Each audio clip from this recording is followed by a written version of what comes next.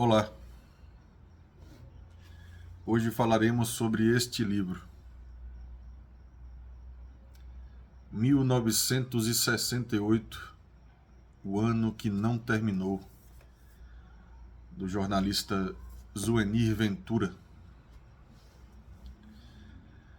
Qual a diferença entre uma história escrita por alguém que realmente viveu a história que foi narrada em seu livro e uma história escrita por alguém que não viveu na pele a respectiva história que é narrada por suas mãos? Há quem diga que não há diferença alguma, que existem meios de o escritor desviar-se de possíveis entraves referentes a tal imbróglio. Já outros argumentarão de mil formas diversas, apoiando a ideia de que fazer parte literalmente do que é contado no enredo dá à obra um caráter mais denso e aumenta a sua credibilidade enquanto fonte de informação. Roberto Piva, poeta marginal paulista, tem uma frase que pode resumir o pensamento de muitos. Dizia ele que só acreditava em poeta experimental que tem a vida experimental.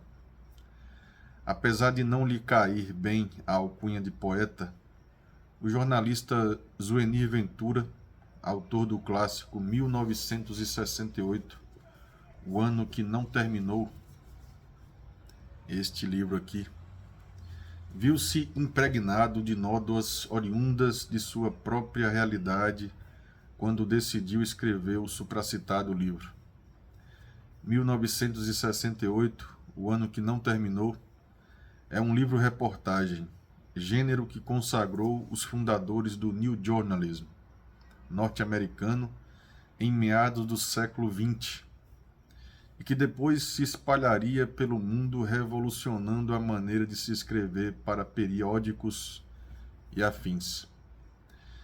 E por pertencer a este padrão, conseguiu dar conta de revelar, com uma sensação de veracidade muito amplificada, boa parte dos acontecimentos que marcariam de uma vez por todas o cenário político-social do Brasil pós-golpe militar, até anos após o decreto do Ato Institucional número 5, o AI-5, que promoveu a censura no país, entre tantos outros desmandos de irracionalidade social administrativa.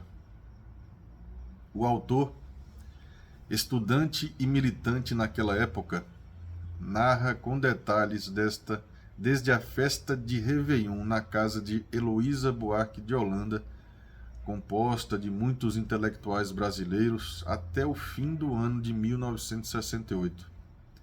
Marco de um sentimento de rebelião e desregramento não só nacional, mas mundial. Haja vista o nunca esquecido maio de 68 francês, esboçando também algumas consequências após algumas décadas vividas sob o regime ditatorial. Esta festa seria, como diz o título do capítulo, uma espécie de rito de passagem para o formigamento das expressões humanas e também para o surgimento de uma efervescente juventude disposta a lutar até as últimas consequências a favor de ideias que acreditavam ser relevantes para o progresso da nação. Parece, ao ler o texto, que o mundo para o povo brasileiro havia sido descoberto justamente naquele ano.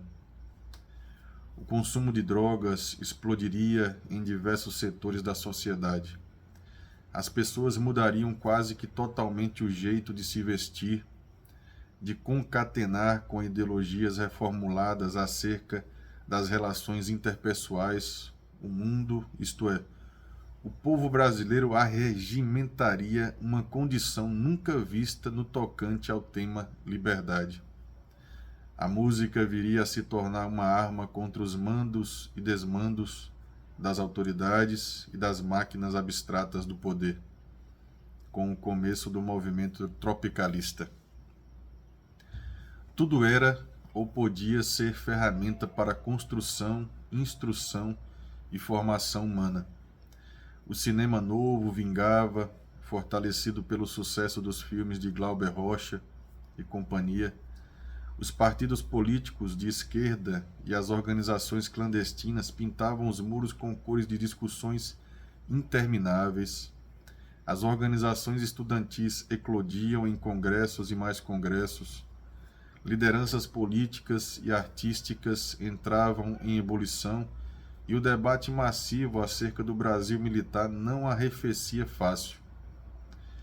Tempos de paixão, pressa, afobamentos e verdades que, se não outra coisa, revelavam ao povo que, unido, ele tinha vez e voz. Entre as passagens mais marcantes do livro estão a organização sem organização do movimento que viria a ser conhecido como Passeata dos 100 mil e a preparação para a votação do AI-5. Lições que Zuenir Ventura nos presenteia com maestria típica de quem fez da própria vida um caderno rabiscado de pautas jornalísticas. Tomando o assunto para os nossos tempos, o livro ganha ainda mais relevância, apesar de há muito já não ser uma novidade nos meios livrescos, pois constantemente nos deparamos com situações de embate político-ideológico entre diferentes camadas das sociedades, a citar o exemplo do último choque entre estudantes da Universidade de São Paulo, USP, e o Estado na figura da polícia. Livros como este ajudam a entendermos melhor o porquê da mecânica humano-social do agora, pois serve de manual para sabermos o que houve de bom e de ruim num passado próximo, ou seja, o que pode ser imitado ou melhorado e aquilo que jamais pode voltar a acontecer. 1968, o ano que não terminou, é uma aula de jornalismo para eternos estudantes do jornalismo que, como eu, interessam-se em aprimorar todas as tuas técnicas e também um registro de civilidade e respeito ao próximo. Neste caso, o próximo somos nós, geração esta e outras do porvir, por nos abrir os olhos da história de um país que incrivelmente e quase que inexplicavelmente existiu um dia. Meus amigos e minhas amigas, por favor, leiam 1968, o ano que não terminou, de Zuenir Ventura. E se você gostar da leitura, eu sugiro que você leia este livro aqui, 1968, O que fizemos de nós. É uma continuação do livro primeiro. Eu tenho esses dois livros aqui, uma pequena coleção, e vem numa capa muito bonitinha, por sinal. Aqui está. Esta é a nossa dica de hoje. Zuenir Ventura, grande nome do jornalismo brasileiro. A gente se encontra no próximo vídeo. Lhe salva.